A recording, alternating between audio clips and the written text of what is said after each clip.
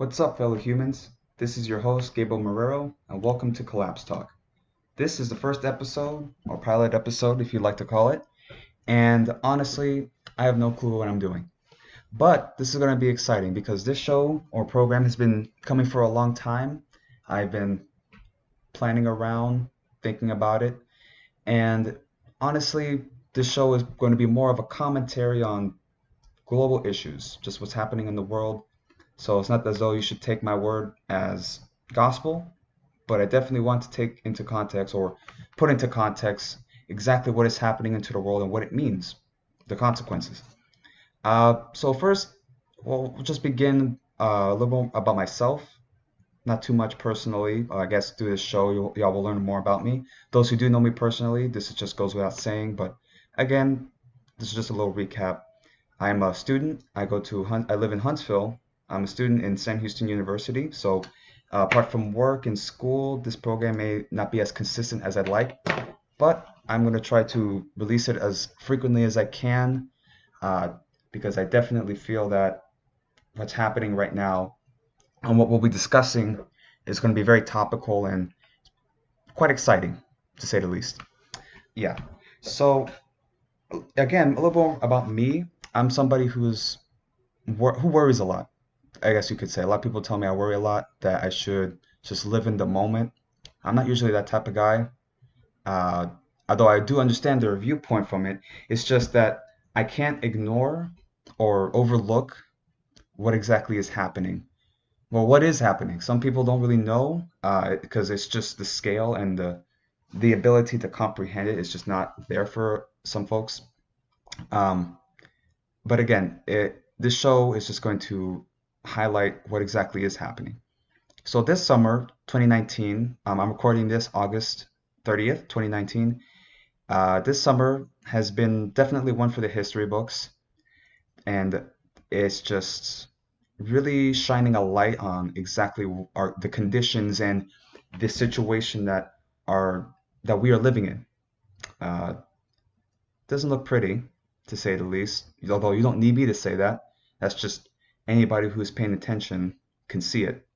Part of the reason why a lot of people don't know exactly what's happening is because I hear consistently the news is too depressing.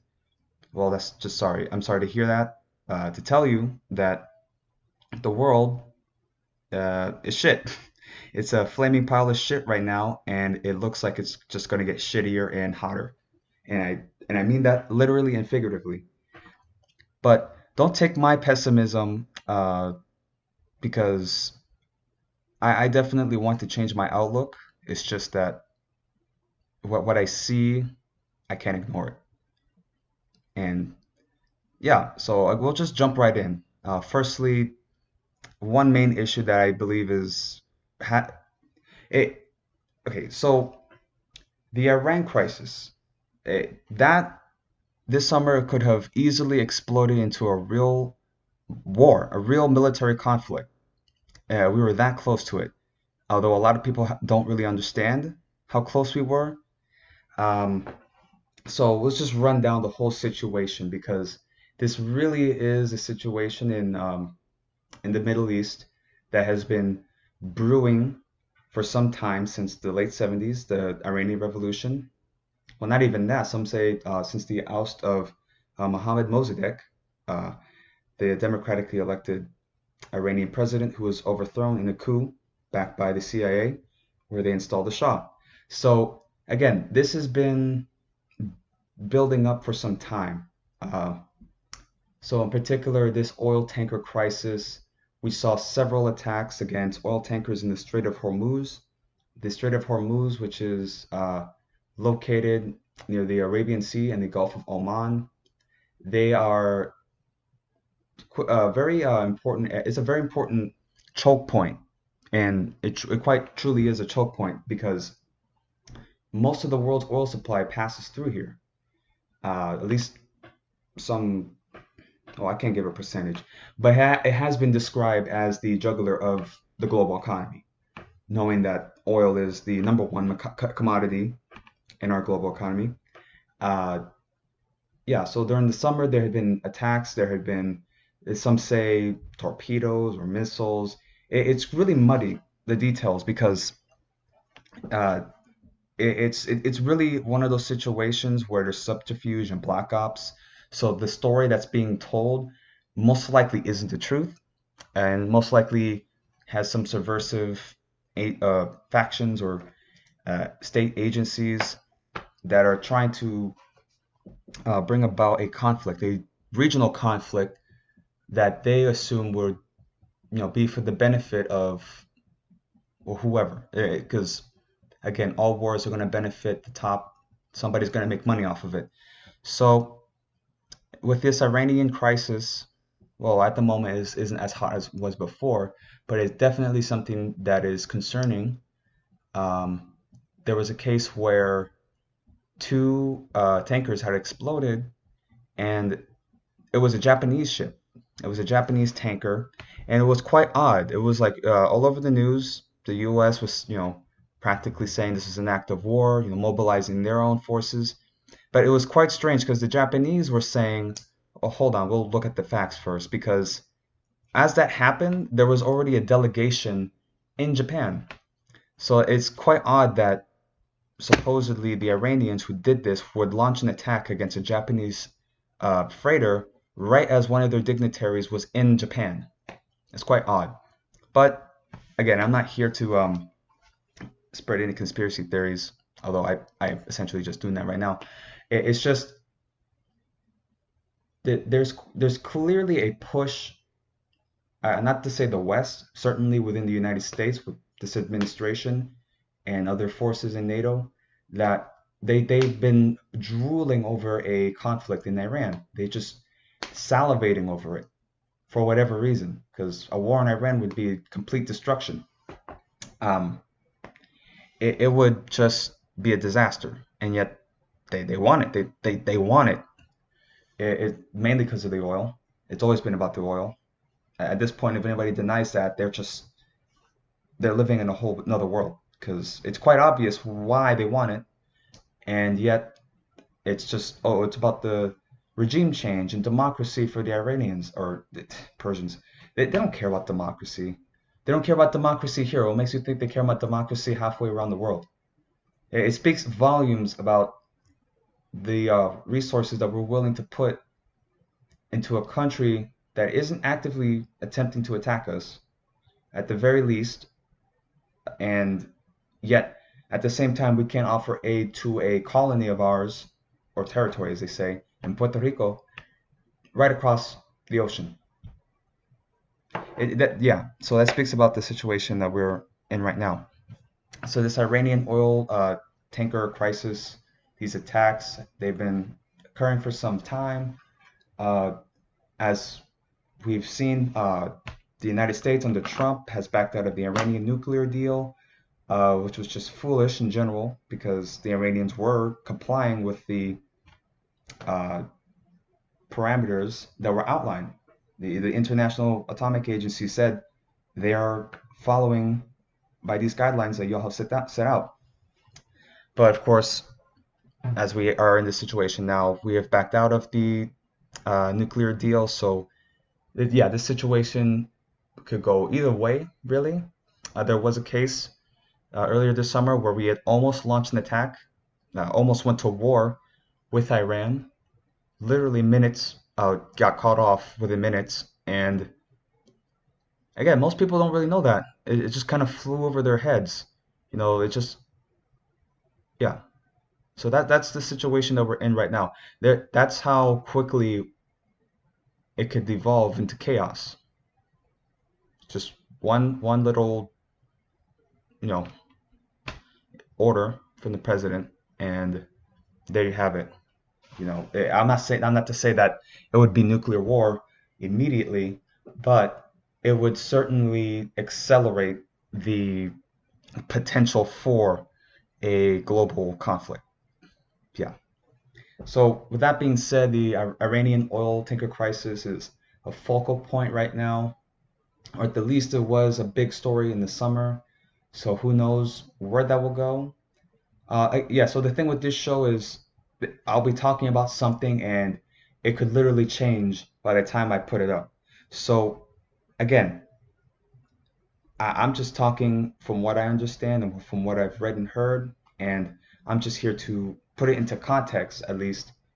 This is more of a commentary show, put into context into how what excuse me, what ramifications it would have for us and for the world.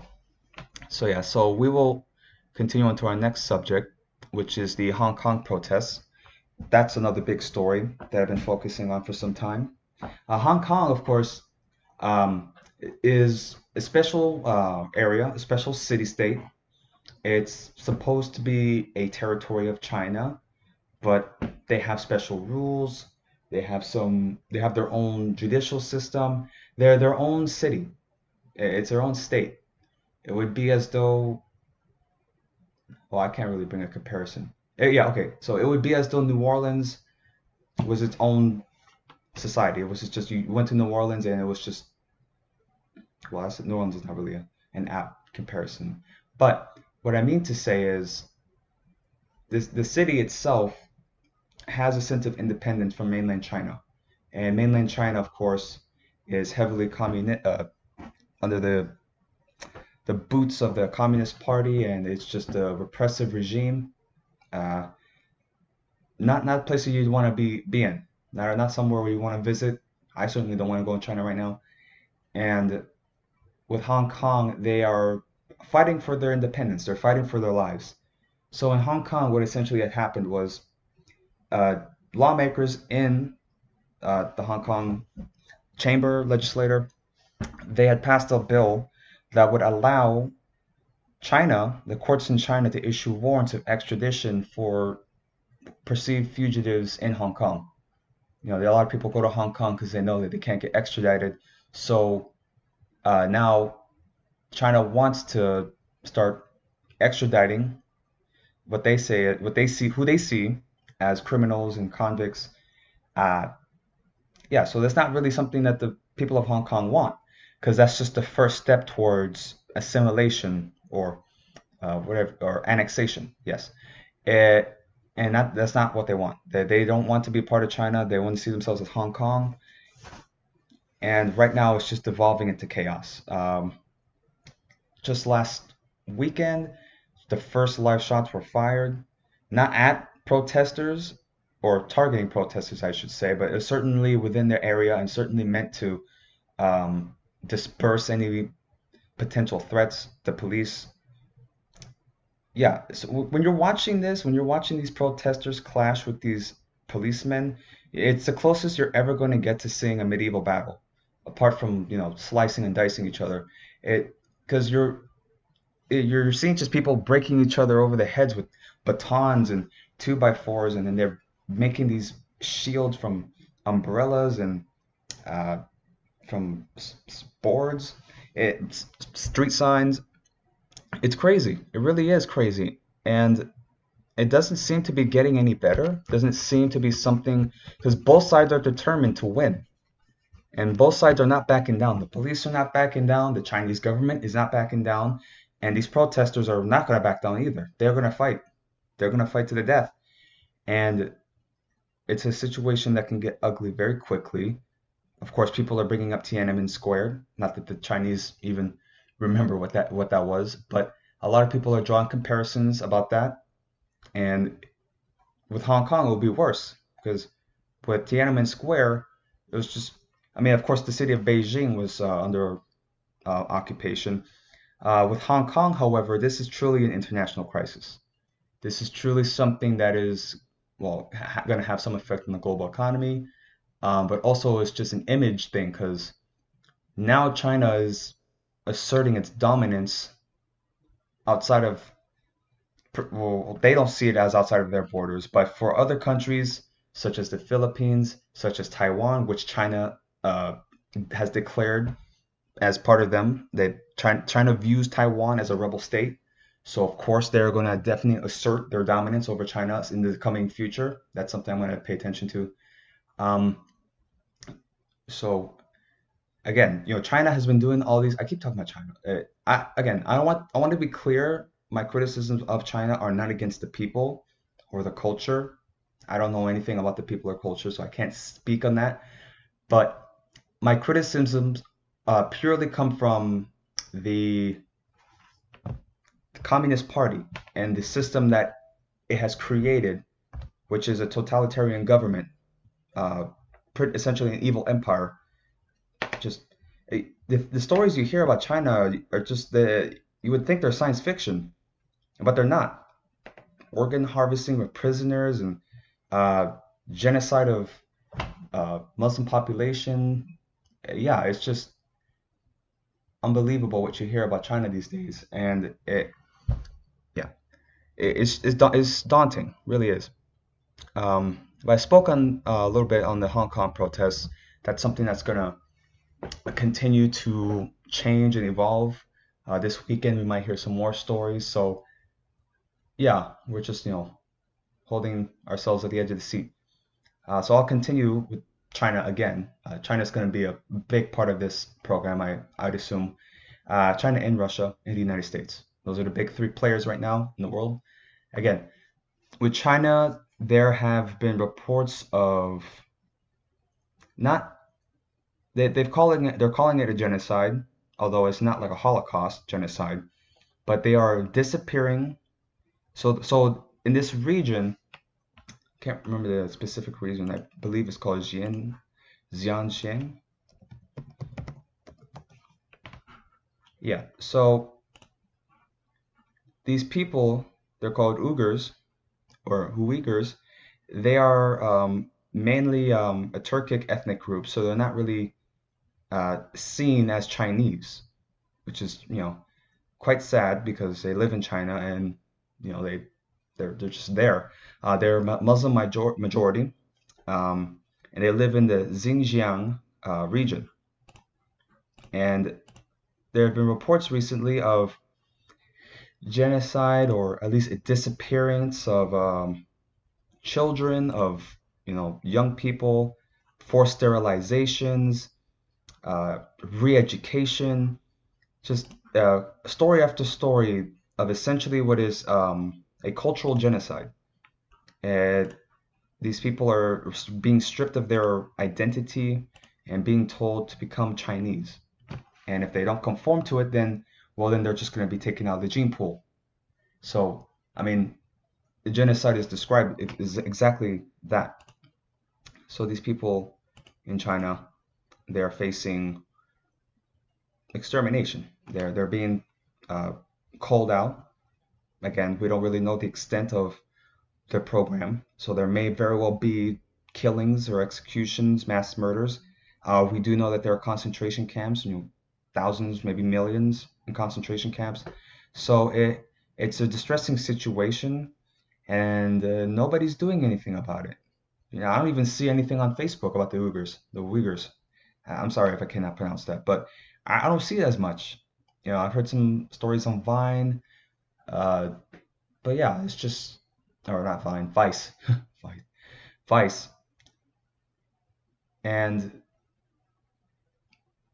what is happening is, you would think, oh, never again, we'll never allow this again. Well, being that it's China, there's not much we can do. Well, we could do something. Excuse me. We could do something, but we won't because our leaders are weak, and they definitely don't want to anger this economic tiger that is China. Basically, yeah. So with China, there's more distressing signs that we may not be heading towards conflict, not direct conflict, but just it it doesn't look promising. It doesn't look as though we're heading towards a peaceful compromise or somewhere where we could work together. It just seems that we're continuing to butt heads. So we are, as we know, we're in this trade war, the United States and China, and it's just pointless. It really is. It's just a silly situation for us to be in because it's quite obvious that if we put tariffs on Chinese products, they're going to cost more for us. So everybody loses. So why are we in this? This is purely for pride, and pride goes before the fall. But again, People would rather burn the world than admit that that they need to work together. Or yeah, it's just so with this trade war, what is happening is farmers in the Midwest aren't selling as many crops as they used to, aren't selling as much soybean, as much corn, that because China was their biggest, customer. And now with this trade war, they're starting to lose business. A lot of these farms are being subsidized, so who knows how long that money will last for them. And also about these farmers is they have been experiencing record rain, flooding from the Mississippi, and record heat. So that's just killing the crops. So it's just a whole slew of economic troubles, no, uncertainty, uh, and climate change. Well, climate change is always going to be a factor in this. So the fact that they can't grow as much as they used to, and already their customers are not buying from them, is just a two-way. I don't even know what to describe that. It's just they're just getting slammed, and these people they're living in fear, of course. So of course they're going to turn to somebody they don't fully understand, and that person is going to take advantage of them, and that person who takes advantage of them is going to point them somewhere else to divert their anger. So it's just it all comes back. This is a very heavily connected world. What happens in China is going to affect some farmer in Iowa or Idaho.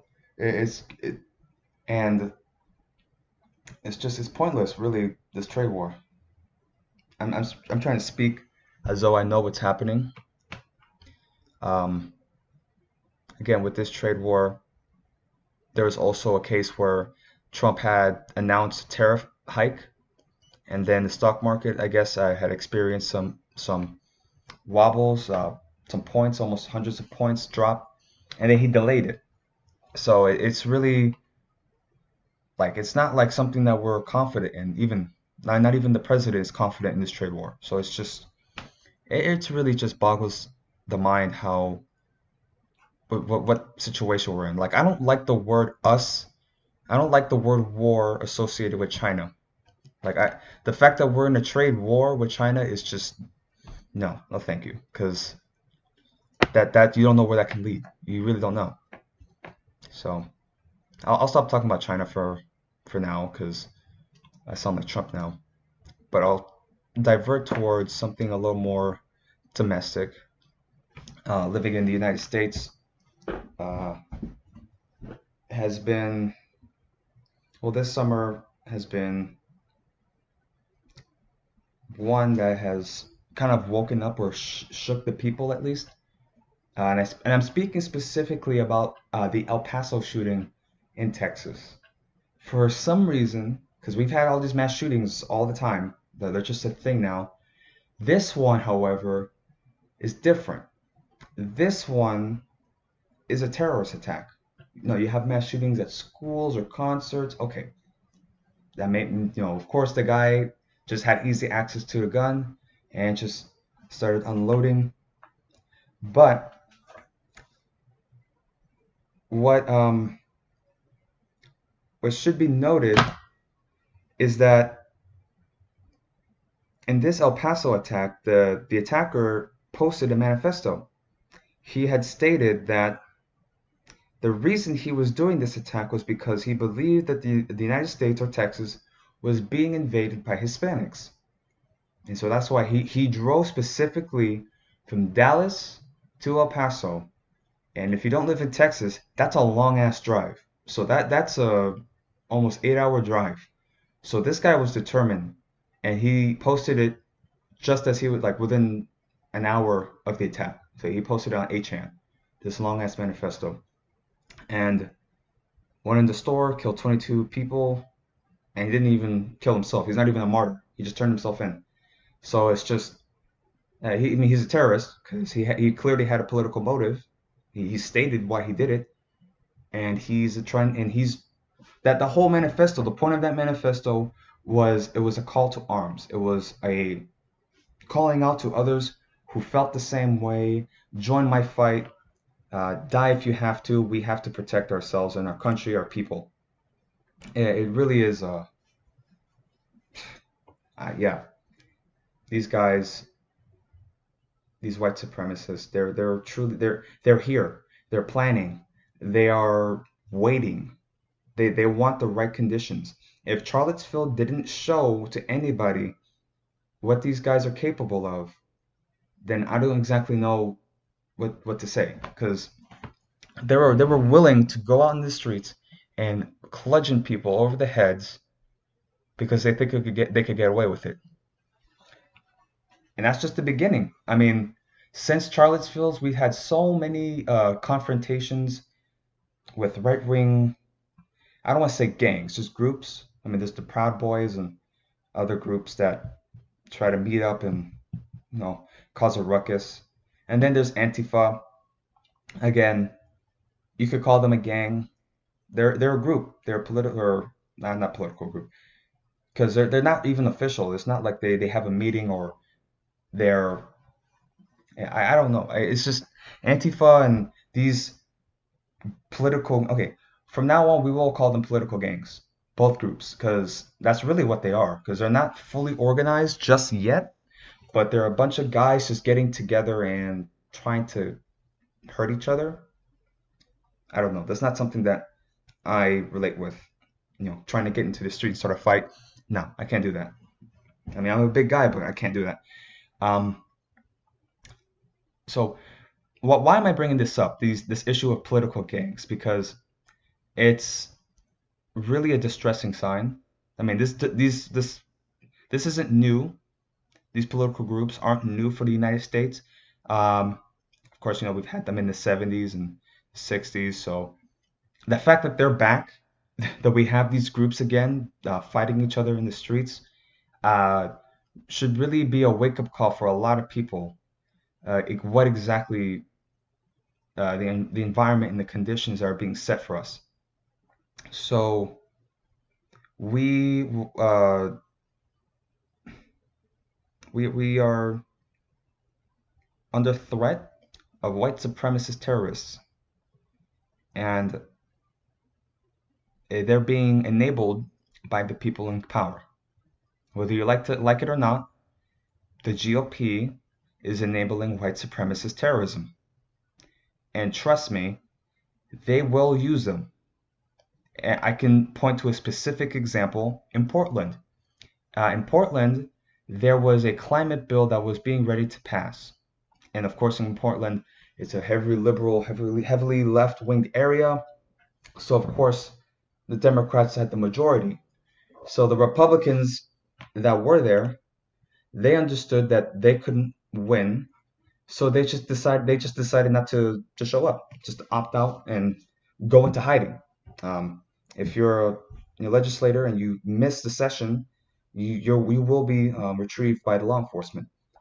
But these Republicans, they decided to hide, and essentially what they had done was called out to made a call to arms for militiamen, and those militiamen acted as bodyguards, and they met up, and they essentially were there to protect these GOP these Republicans, acting as their bodyguards. So what you're already seeing now is paramilitary forces siding with elected officials, or I should say elected officials enabling paramilitary forces. And that's something you only see in like the Philippines or some third world country, and it's here. It's already here. Uh, it got to a point where they had to declare a state of emergency or a state of unrest in Portland because these groups, these right-wing groups and these left-wing groups were fighting in the street. They were just fighting. That's where you heard the Andy Ngo. I don't know how to pronounce his name. Andy Ngo. He got attacked by Antifa. So that was a big controversy there. That again, that was another story. The Portland unrest and the protests there that kind of just flew over people's heads. Again, so much is happening that it's just flying and flying and flying. Again, some stuff flies over my head, so I'll definitely miss something that will be much more important than what I'm already speaking about. So again, the Portland unrest and the El Paso attacks, they are signs of domestic terrorism, or at least the beginnings of it, because they're here. They're already like training, they're already planning, and they're waiting. And I'm not saying this to scare y'all. I'm just saying this because it's the truth. They're waiting, and they will definitely act when they think the time is right, when the conditions are right. Um, so it's quite terrifying. I mean, the fact that I'm living in fear, this just speaks to about that these guys are terrorists. Because I know that I'm a target. If I'm walking in the street and some shit goes down, yeah, I'm definitely going to be targeted. So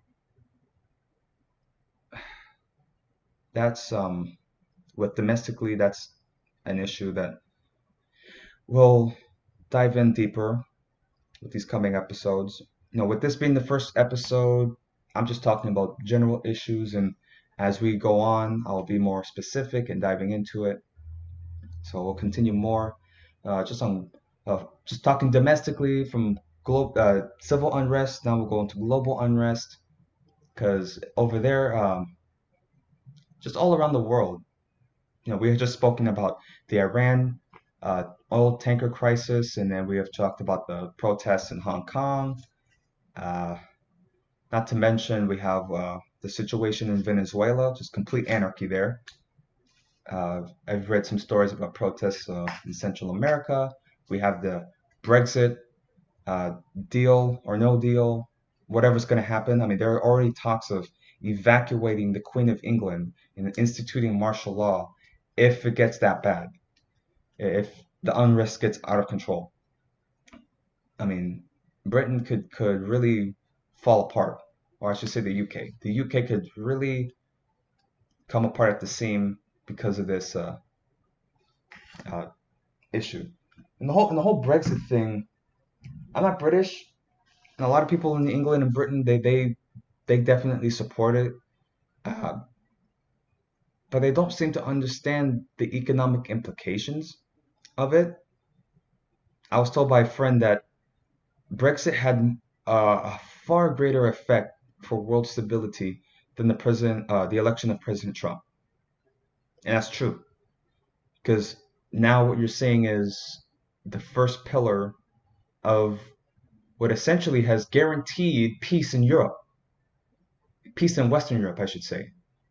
That pillar just got knocked down, and the foundation is still strong. It isn't strong as it was before, but it's still there. So I'm not entirely worried about the Union right now, the European Union. I am concerned more about just general local elections like France and Germany, Italy. There's been a string of far right movements there, or at least candidates and demonstrations. They've been on the rise there, especially in Poland. Poland has definitely swung more to the right. Uh, Again, what we're seeing now is you have all these right wing uh, populist uprisings, demonstrations. It's quite it's quite fascinating the fact that you see these fluctuations in the spectrums, the political spectrums, because not too long ago these uprisings were all on the left, and now they're on the right. And why is that? Well, it's the economic situation. People aren't making enough jobs or money. Uh, Globalization has devastated the middle class, and it's just people are fed up. People are just they're angry. They're rising up, and they want answers. And the people that they're demanding answers from, they're not going to tell them the truth because the truth is that the the politician has been fucking them over this whole time. So of course they're not going to tell them the truth. They're going to point them to somewhere else. The gays or the illegals, just anybody to distract, any divide and conquer. And that strategy is as old as civilization, maybe even older. So it's directly reflecting 1930s. The global scene that is directly reflecting the 1930s. Although we haven't had an economic collapse just yet, although it's ramping up. So, yeah, who knows? Yeah, there's just a general sense of anticipation, if you want to call it. Because I definitely speak with some people and they kind of know that something is coming. They don't know what, but they know something is coming. So that's not exactly, you know, a healthy mindset to have, although it's just there.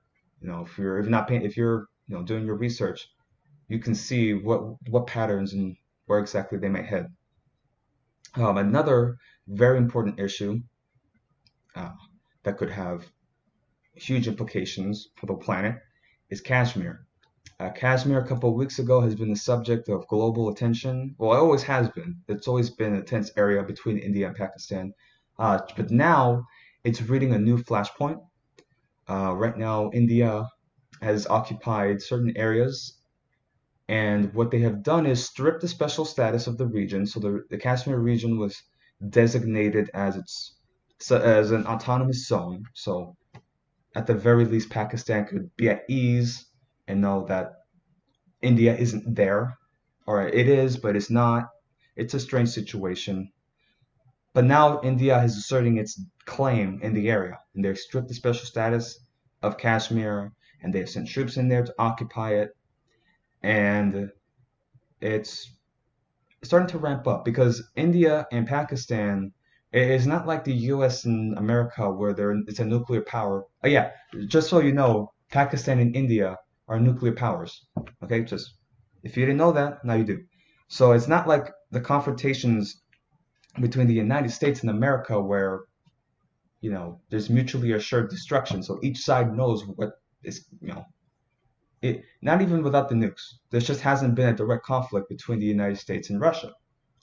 Maybe in there was a case, there was a U.S. coalition that intervened during the Russian Civil War.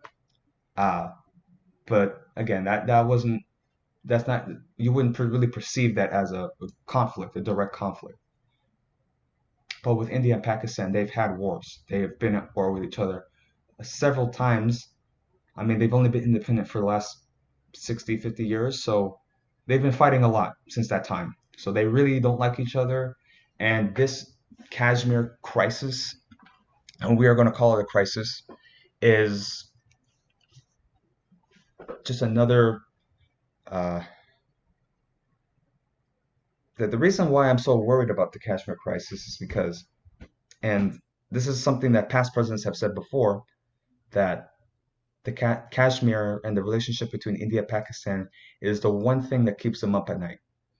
So the reason I'm so, I shouldn't say be afraid or scared. It's just the reason I'm so attentive on it is because it's projected that a small nuclear exchange, and I say small, in terms of nuclear exchanges, which is catastrophic, this is small.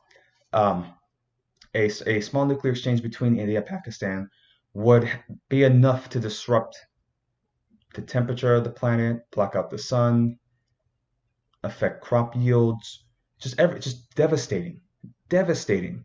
And that's just from India and Pakistan. So it really begs the question, do we really need nukes, or do these people really need nukes? Like, should we do something? But they won't say anything. I mean, they won't do anything about it. They'll say, well, why don't you get rid of yours? Oh, well, no. Like everybody talks about denuclearization until they're asked to get rid of their nukes, and then it's just like, I still need these.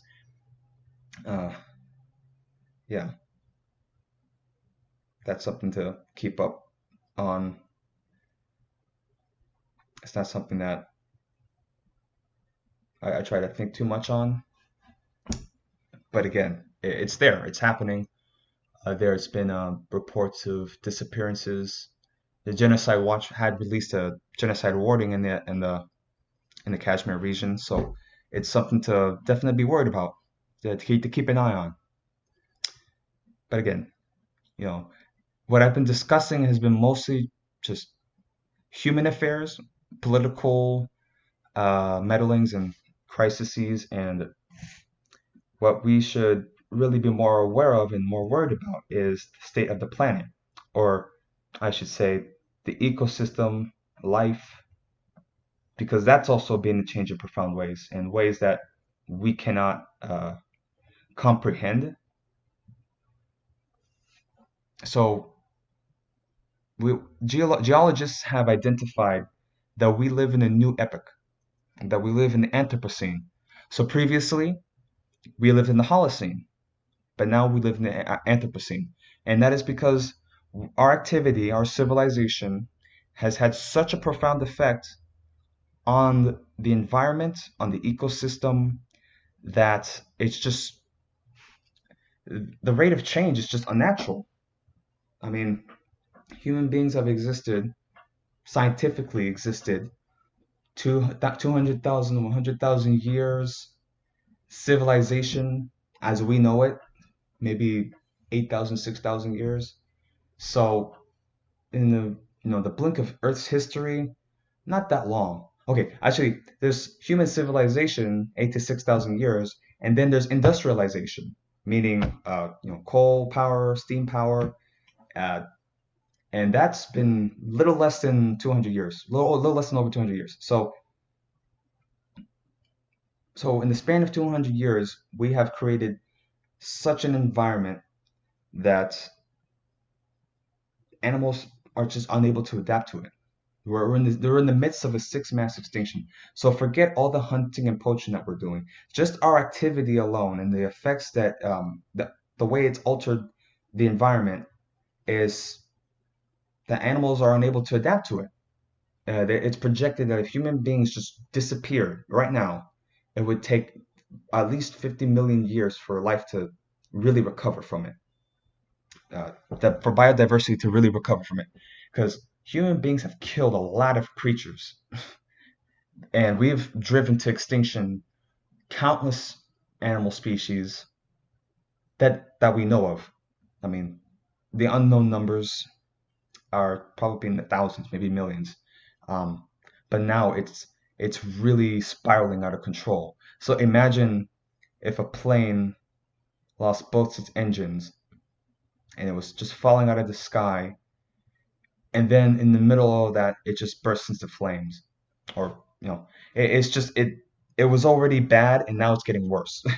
It's just again, I don't mean to say this to scare anybody, but this is what's happening. A major reason that it's happening is because the insect populations are declining. It's just rapidly declining, just spiraling out of control, mainly to do with pesticides for whatever reason. This administration, and not just this administration, uh, governments around the world have just relaxed on regulations with pesticides and chemicals that are linked with killing creatures and carcinogens, just pollution in general. But again, the insect population is plummeting. It's just spiraling down, down, down. And insects are the building blocks of our food chain. They are vitally important. Insects are going to feed the birds, they're going to feed the rodents, small critters, and then those small critters they feed foxes and eagles and owls and raccoons, whatever. And yeah, little changes have big effects. And if the insect population goes completely extinct, which it absolutely could, that spells the end for the ecosystem, for the environment, for really life itself. Because people, creatures are going to starve. You're going to see starving animals everywhere, and it's just going to be a disaster. I remember I was in the park the other day. It was like a poetry class, and they had asked us our teacher, she had asked us to just observe the environment. Just take in the scenery, the sounds, the smells, the creatures. And I truly was trying to look for insects. I was truly looking in the ground, looking for insects, and I could only see like maybe a couple ants. And I remember seeing a hen and her chick, and they were just digging through the dirt, digging through all this the thicket of needles and leaves, and they had gotten a pretty sizable range. Like they were really digging around looking for stuff. And I mean, maybe I'm just seeing this, maybe it's placebo and I'm perceiving it that way, but it truly did look like that they were looking for something. They were like, what the fuck? Like that, yeah. So that's happening. Insect populations are decreasing. We are in the midst of a mass extinction. Yeah. Part of that is also, not just with human activity. Well, human activity is a major contributor, um, but due in part because of climate change. Well, the climate changes all the time, except now it's just accelerating at an unknown rate, something we've never seen before. This July was recorded as the hottest month ever, hottest July ever, since we've been keeping records. And probably this August will also be recorded as the hottest August ever. And this year is going to be recorded as the hottest year ever. And it's just going to continue and continue and continue. The last 10 hottest years have been in the last 10 years. Anybody who keep like it's always fascinating to me with people who have no clue about climate change or at least in denial of it, and they always complain about the heat. Makes you think, huh? I mean, I certainly try not to, shove it in their face all the time, but it really makes you think. The people who don't really know about climate change at all are the ones always complaining about the heat because they don't. It's just they don't understand it. Oh, I mean, it's Texas, right? It's always hot, but it's hotter than usual. Yeah. So, being that it's summer, we've seen record glacier melt in regions such as Alaska, Greenland, well, in the Arctic. The sea ice is melting at an like unbelievable rate. Billions of tons of ice has melted in days, within days, in Greenland, and there are wildfires. There are wildfires in Alaska and in Russia, Siberia. There are huge wildfires there. Possibly in Canada as well. There were some fires. I haven't really read there, but I'm pretty sure that they're prone to wildfires there as well. The Arctic region experiences prolonged periods of sunlight during the summer, so it makes sense that it's going to get more hotter there than uh, other parts in the world during the summer. So there are fires there occurring. Well, fires just everywhere, really. The world's on fire. Like it just is. Like there are fires in France, in Spain, Greece and Turkey. Um, and of course, there are the fires in the Amazon. Oh, there are fires also in Indonesia, but the Amazon has got a lot of attention. Uh, a lot of social media posts, people just not, or I should say not, people in distress and afraid that they are witnessing the collapse of a beautiful ecosystem that is vital for our survival. And this really is a wake up call because I've been talking a lot about collapse and about our extinction. But this fire, this Amazon fire, is really waking up people to this reality. So it's just, it really is a watershed moment. It's a moment where there's the before Amazon fires and after, because it's gonna be a wake up call. There's gonna be, they're saying it's gonna accelerate climate change just from the carbon release of that, and also the the forest will reach a point where it will just die. It will just completely die without the fire. It's just gonna die in on itself. I mean, the rainforest creates its own rain. So if it's gone, it's going to turn into desert. All this all this land that they wanted to create cattle farms and ranches. Well, if all the rainforest is gone and there's nothing to create rain, it's just going to turn into desert. That's what happened in the Sahara. The Sahara was once a lush rainforest, and now it's a desert. Well, for whatever reason, doing part to climate change. However, in Brazil, it's man-made.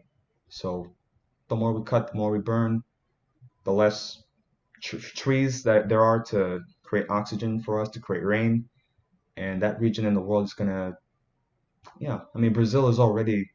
I don't mean to say this against Brazilians, but Brazil is a bit of a shit show. Like, I'm kind of glad I'm not Brazilian. Not gonna lie, but I shouldn't have said that. It's just right now in Brazil because they're beautiful people. It's a beautiful culture. Not to say that, but with Jair Bolsonaro, he is, yeah, he's just, he's worse than Trump, I would say, because he is somebody who is actively stripping away the rights of, well, I shouldn't say he's worse than Trump. He's just Trump. He's a Latin American Trump. He is stripping away these regulations that are protecting the environment, the ecosystem. He is stripping away the rights of the indigenous people, is causing a genocide for them.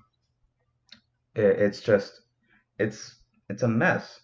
And the fact that he won was such a landslide. Like, it's not because, and here in the United States, there's the whole Russia scandal, and they hacked us. Maybe there was a disinformation campaign. So there was a third party having some kind of effect. But in Brazil, they just overwhelmingly, or from what I understand, because he's got some popularity. Like he won. Like, there's really not that many, not from what I've read, about him stealing an election or having some third party, uh, you know, spread a disinformation campaign. Yeah. So with Brazil, there's fires there. The Amazon rainforest could is quite seriously die in on itself. Uh, Climate change is going to accelerate now because of that release of carbon. Yeah, it's yeah, it's quite depressing, really. There's also the African fires. There's actually more fires in Africa right now, in Angola, in Congo, Zambia, than there are in the Amazon. And that's just, nobody's really paying attention to that. Probably because the Amazon rainforest is just a beacon of life. It's the most vital ecosystem that we have. But we also have these fires in Angola and Africa that are also going to release carbon, also going to destroy ecosystems, kill creatures, destroy crops, people's livelihoods. Yeah, the world's on fire. And what can you do about it? Well, what can I do about it? Nothing really. So all that carbon that's being released, uh, as you may know, the greenhouse gases, carbon dioxide, they trap solar energy in our atmosphere, thus creating, a hotter climate. And so the more carbon dioxide that's being released, the hotter that we'll get. So again, I mentioned earlier, industrialization has been about 200 years, a little over 200 years. So imagine 200 years of exponential uh, emissions from carbon and what kind of effect that has had over time. Uh, that these corporations, Exxon, they've known since like the 50s what was going to happen. The projections that they had for the global temperature, no, for the parts per million in 1980, they were just shy of it. I believe it was 415 million parts per million, and the actual projections today is just exactly the same, or quite possibly that they weren't off, and so they knew what was going to happen, and they lied because the profits are more important than whatever you know, life we can have. So they knew what was going to happen. I mean, corporations lie all the time knowing that they're killing people. I mean, look at cigarettes. They lied on national television saying, or having doctors recommend it, build strength, or uh, having the Marlboro Man, so it's a macho product. These corporations are evil. You're gonna learn that a lot from my show. I hate corporations. I think they're the devil. Uh, and they know what they're doing, but they don't care because I'm gonna get mine. That's the whole mentality of it. And they truly believe that their money's gonna save them, and it won't. But we'll just have to wait and see. So with that being said, the carbon emissions and the release is creating a hotter atmosphere, and what that has done is the melting of permafrost. So if permafrost is just frozen soil, and so in that soil, in the frost, there's methane. You might find the remains of some mammoths, maybe, preserved. Whatever's been frozen down there is preserved. Some theorize that there are maybe some pathogens or viruses that are preserved in the ice, and if it thaws, they would be released, and they can survive. They'll definitely be able to survive. But what we're seeing is the melting of permafrost. You can go look up, melting permafrost, and it's it really is apocalyptic because you're watching. You'll watch the ground, and then you'll watch somebody walk on it, and it's just the soil, the ground is just rippling because it's been soaked with water now, or it's been soaked with liquid. All that frozen liquid is just melted away. Or you might see a crater just collapsing in on itself because the permafrost is melting, and that's releasing all kinds of gases, and it's also releasing methane. The release of methane is going to be worse than carbon dioxide. That traps more energy and more heat. Not to mention the release of methane from permafrost, there's also the methane released from cattle, because we are a society who is obsessed with red meat. Specifically, Brazil. The reason they're having those fires is because they're clearing land for cattle ranches. They're the main exporter of beef in the world. Um, and so they're really, those cows, they fart a lot. They eat a lot of grass and they fart a lot, and that's a lot of methane. Now, of course, we could change their diet. We could give them, seaweed or some other type of crop that will, reduce the emissions of methane, but they don't want to do that because that's work and money, and no, no, no, we don't. Well, why do something to help the planet when we can get some more money? Yeah, I'm trying to cut down on my meat intake. I haven't gone full vegetarian yet. I still like chicken. I understand the ethical points being made, but a steak here and there is good. I like it, but I'm trying to shift my views away from craving those. So we have the release of carbon, release of methane. It's creating record-breaking heat. Uh, so now we're in a feedback loop. So it's exponential. So this feedback loop is uh, it's just gonna keep continue. I don't want to say that it's too late, but with feedback loops, it's pretty much a given that there's no coming back. There's just no point. This is the point of no return. So our challenge now isn't necessarily preventing it, it's just adapting to it. You can't prevent this, so we can at least try to survive it, adapt or die. Uh, but another issue that hasn't necessarily been highlighted as much, because the heat is one thing. The heat's bad, the heat's one thing, but there's another issue that um, hasn't been touched upon, and it's the acidification of the oceans. So the release of carbon dioxide is causing the oceans to acidify. It's changing the concentration. It's it, and we know that this has happened before. We know what's going to happen if the oceans continue to acidify. Um, some millions of years ago, the Permian Great Mass Extinction, the ocean acidified because of increased volcanic activity. Yeah, because of volcanic activity, the oceans is acidified, and upwards of 90% of sea life died.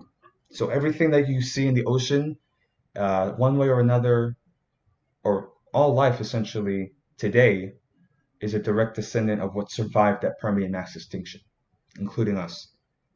And it's directly what caused, uh, the ascendance of the dinosaurs. But again, they call it the Great Dying.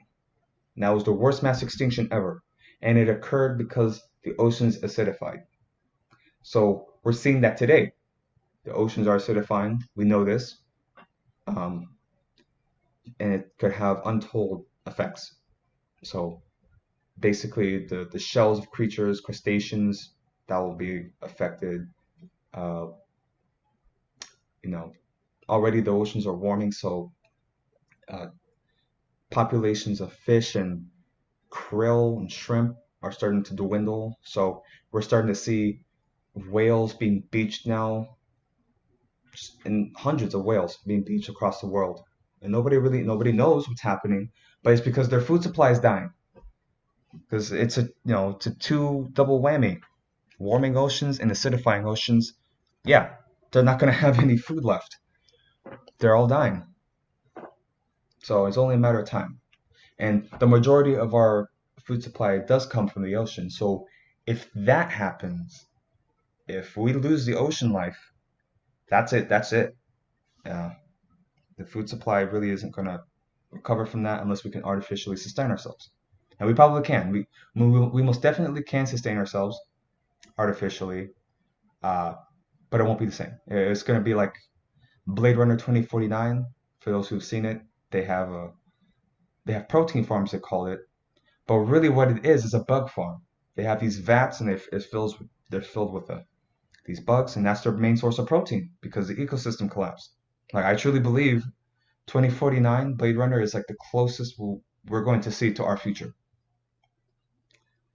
Uh, but yeah, so I believe I've spoken mostly on the issues that I want to talk about. Again, with this show, as the programs continue, I'll try to be as consistent as I can. Maybe do this weekly, bi-weekly, once a month. I can't really guarantee anything right now. And I just, the whole point of this program, right, is to bring context to global issues and to bring context to disasters that are looming and the consequences. And I want to be somebody who, I don't like scaring people, so I don't want anybody who's listening to this to be afraid. I want somebody who's listening to this to understand what's happening and to do something about it, whatever it is. I post a lot on social media, but the reason I'm starting this program is because social media is only good for whatever circle of friends you have. This is truly the first step into something. I mean, I don't know where this could lead. I really don't know. Um, but I feel like I have to do something about it, and this is the best way that I can. Talking about particular issues, and hopefully trying to, you know, easing the pains of some people. Um, Spiritually, I'm an atheist, or religiously I'm an atheist, whatever you want to call it. So I'm not somebody who I'm somebody who looks at the world objectively, who tries to understand the universe in its most natural terms. So I'm totally comfortable with the chaos because that's something that I'm observing. It's just chaos everywhere. So I'm totally okay with that. Um, but yeah, this show, I want it to be a journey for everybody. I want it to at least, start some community, start some dialogue. Uh, I want people to just not. I don't want people to live in fear, and I know that's hard because what's coming is going to be essentially the extinction of life itself. I'm not saying that's a guarantee, but if we keep heading in this trajectory, that's what's going to happen. So we're still in the stage where we can do something about it, but we're not changing. We're not evolving, and it really is distressing. It's quite something. It's not something that I thought well, it's a strange thing. So I'm in a generation where we have consumed apocalyptic media, entertainment, and you know, it's fiction. So of course, when you're watching it, you're thinking, "Wow, that's crazy. What if that actually happened?" And now it's happening. Now we're living in the prologue of apocalyptic films.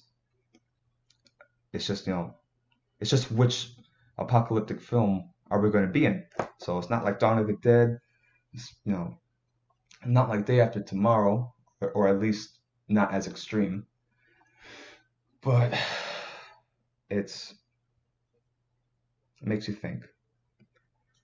I try not to think too much on the future, but when I do, I see Venus. Like that to me is the worst case scenario, Venus. So that could happen to Earth. It seriously could.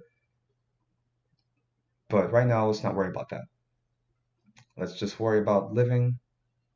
Let's try to respect one another, and let's try to act. So I live in the United States, so there is a election coming up, 2020. You the eyes of the world are upon us because we just put in this clown of a president, this Russian asset, useful idiot, and this really is going to be 2020. I mean, they say hindsight is 2020, but this really is make it or break it. This really is okay. Are we gonna do something about this, or are we just gonna lay back and let the world burn on itself?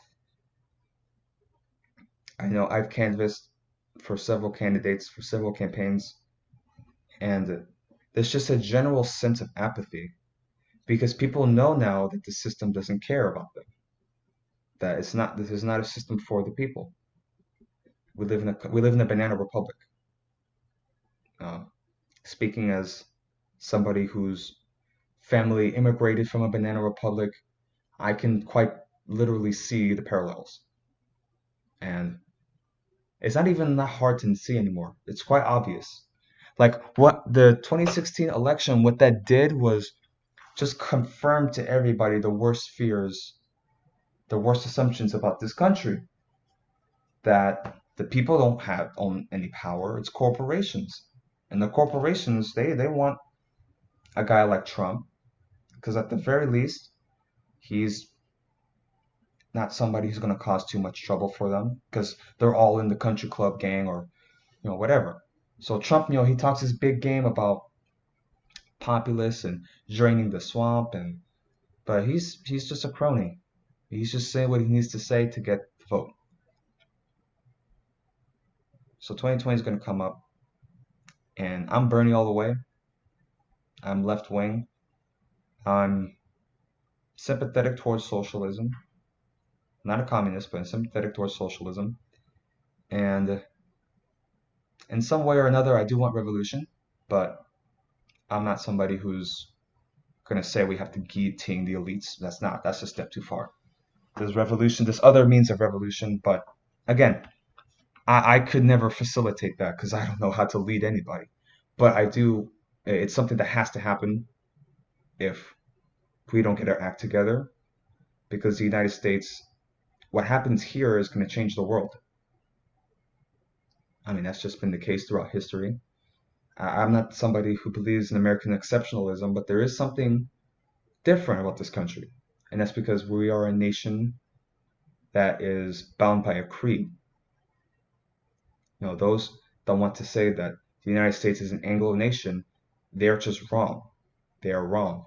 This is not. They don't want to. Here's the thing about these nationalists when they talk about creating an ethno state. The only means you can create an ethno state is through genocide, or at least through mass deportation, a combination of both. That's the only way you can have an ethno state. And this idea that white people should only have this country, and I don't want this. I don't want anybody to perceive me as anti-white. I'm not saying that because the whole idea of whiteness in America is just a construct. It's just meant to divide people, really. Um, But this idea that the United States has to be an ethno state, that it belongs to a particular group of people. I mean, speaking on Charlottesville, going back to it, they're chanting blood and soil. You know, they're continuously defending their heritage and their people. Like, these aren't it. These guys are losers for the most part, but since they're getting together and beating other people apart, uh, they're a threat now. I mean, most terrorists are losers. Like think about ISIS, okay? So ISIS, they had a program where you would join and they would just give you a wife. That was part of their recruitment bonus, I guess. Hey, come join. We'll give you a wife. It was yeah, it like and that when you have young men who don't have any sense of direction, they felt like they've been cheated. They're gonna. I mean, and I'm speaking as somebody with experience in this area, who feel like they've been cheated, who they're not necessarily the most confident or have the highest self-esteem, not the best with women. So, an incel, you would want to call it. And yeah, they're gonna withdraw into these communities on the internet that give them a sense of acceptance. It doesn't matter what they're saying, they accept me. So that I mean, so in the UK, of course, we have young men being radicalized by jihadists online, and then they went to Syria because they were told by these recruiters, hey, fight for the state, the caliphate, become a soldier, you'll get a wife, a pension, a job, like just everything. Like, of course, when you're a loser and you're spending your days on the internet, you hate the country that you live in, you hate the people around you, and then this guy tells you, hey, join this fight and I will give you everything that you have ever desired. Just just join us. Everything that you've ever desired, join us and you will be accepted as a brother. Yeah, for sure they're going to join in. So that's the same mentality here. You have guys on the internet who don't have the best self-esteem, best confidence, who see themselves superior to women, or they they they don't have the best relationship with women, so they definitely hate them in some way. And yeah, they don't have a sense of community apart from these forums where anti-Semitic or you know white nationalist propaganda is just frequently being posted. I would say that if I was white, and because I've definitely struggled with my self-esteem, I've definitely struggled with confidence, struggled with women. So if I were white and I had all those things, and because I definitely withdraw myself to the internet as well, and I definitely frequent these communities. So it it's not a certainty, but if I were white and all those conditions were in place and I had just withdrawn myself into these communities, yes, I would, there'd be a high likely chance that I would have been sucked into this community because, you know, it, there's just a sense of camaraderie. And that's what people want. They thrive on that community, acceptance. So it doesn't matter if these guys are talking about Jews and blacks and women, they accept me. Okay, cool. Because nobody else wants me around, but these guys do. So clearly they're cool. Yeah, yeah. So again, I'm just kind of rambling on here because I have a lot that I want to say. I do have limited time, or I just have to figure out when I'll have to wrap this up. But I want to leave off on some words of not wisdom, I'm not wise in any stretch of the word, but I just want to say some things because there are people in my life that that look at me as though I have something important to say, and I do believe that I do, but I don't want to sound arrogant and say you must listen to me. This is purely just a suggestion. It's just purely to start a conversation. But you know, we are staring at extinction. We are staring at collapse. I say this with absolute certainty. If we don't change our fashion, we don't change our way of life, our economy, if we don't change everything, then yes, it's extinction. Um, it's kind of hard for me to tell that to people in person, but I can definitely say it on the recording. We're just like any other creature on this planet. We definitely are special. Not saying that. I love being human. I love being human. Uh, but humanity it's a mess.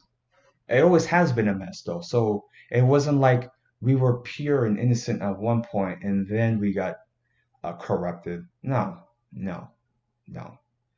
We're just like any other primate. If we, civility, modesty, humility, those are learned traits, and that doesn't come to people naturally.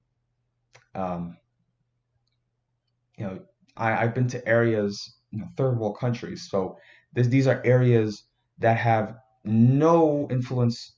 There's no modern technology whatsoever. So you're just watching people as they have been.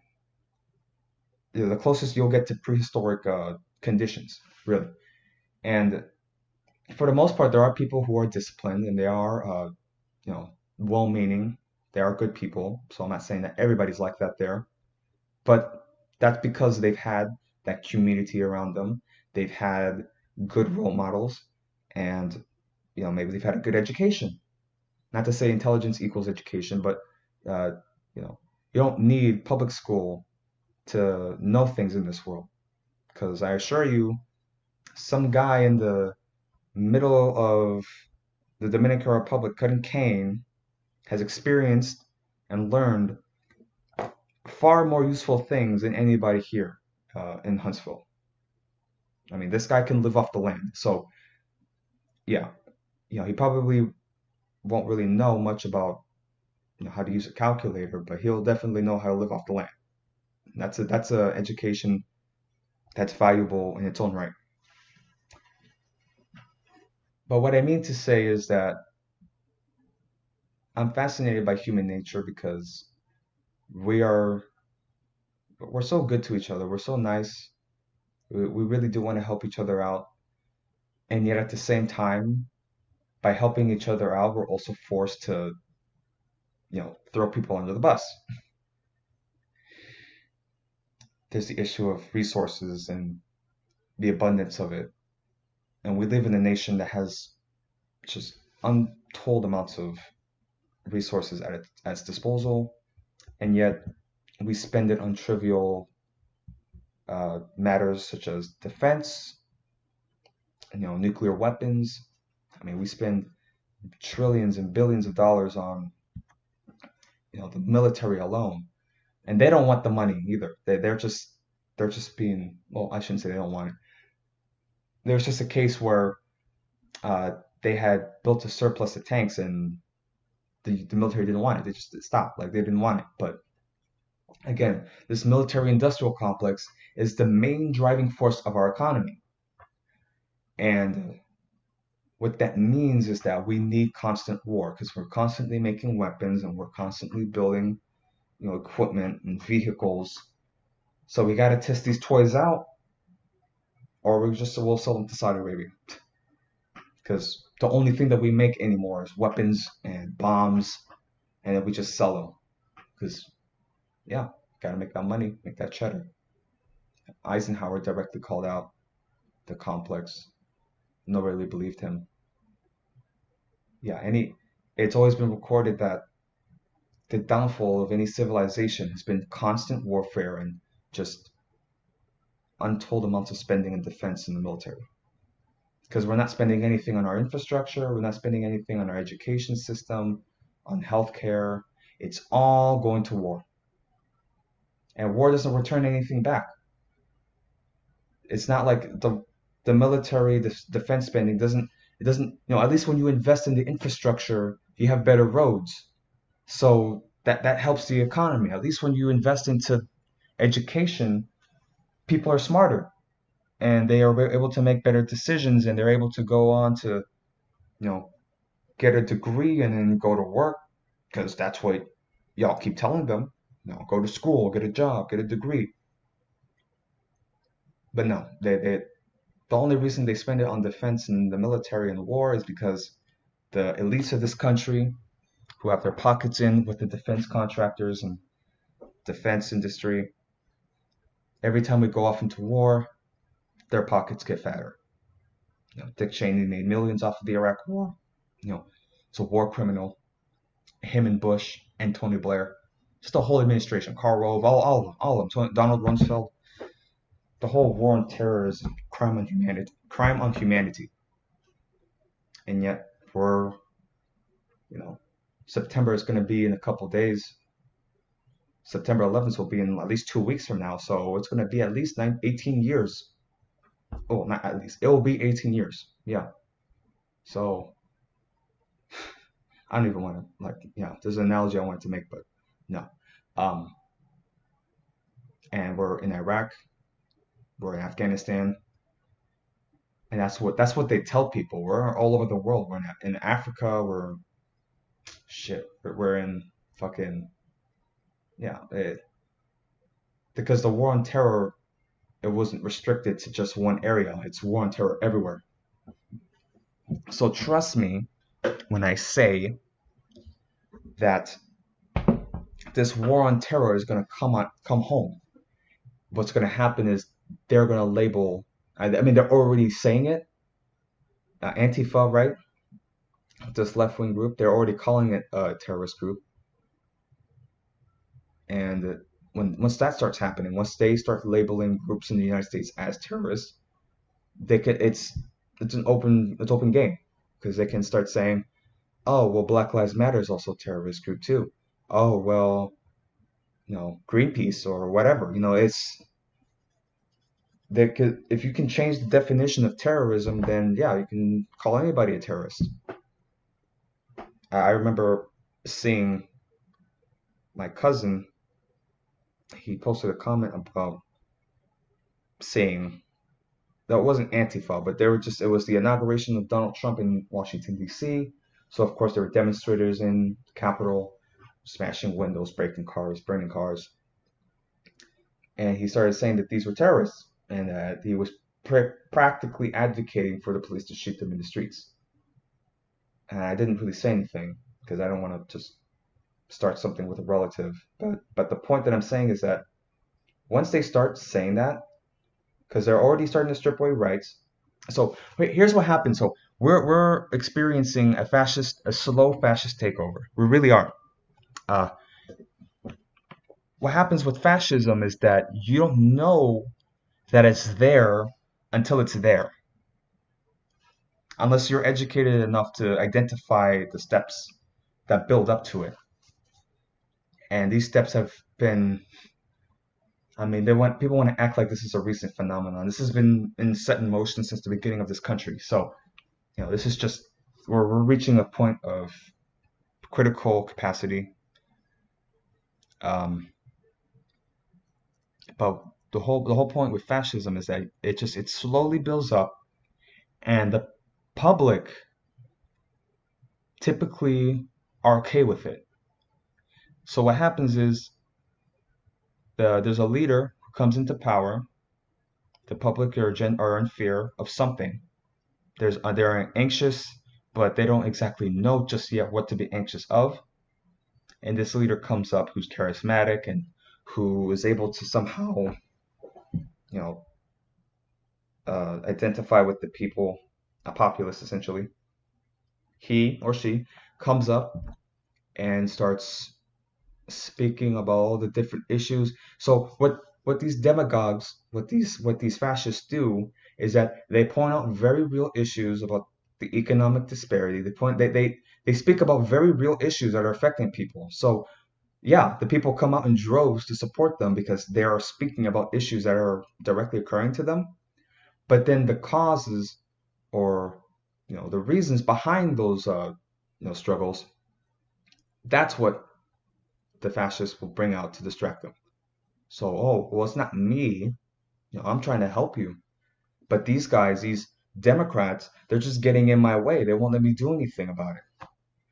And they don't directly say to attack, although Trump has, referenced a couple of times about assaulting protesters and his opponents. But they don't directly call for violent action, but a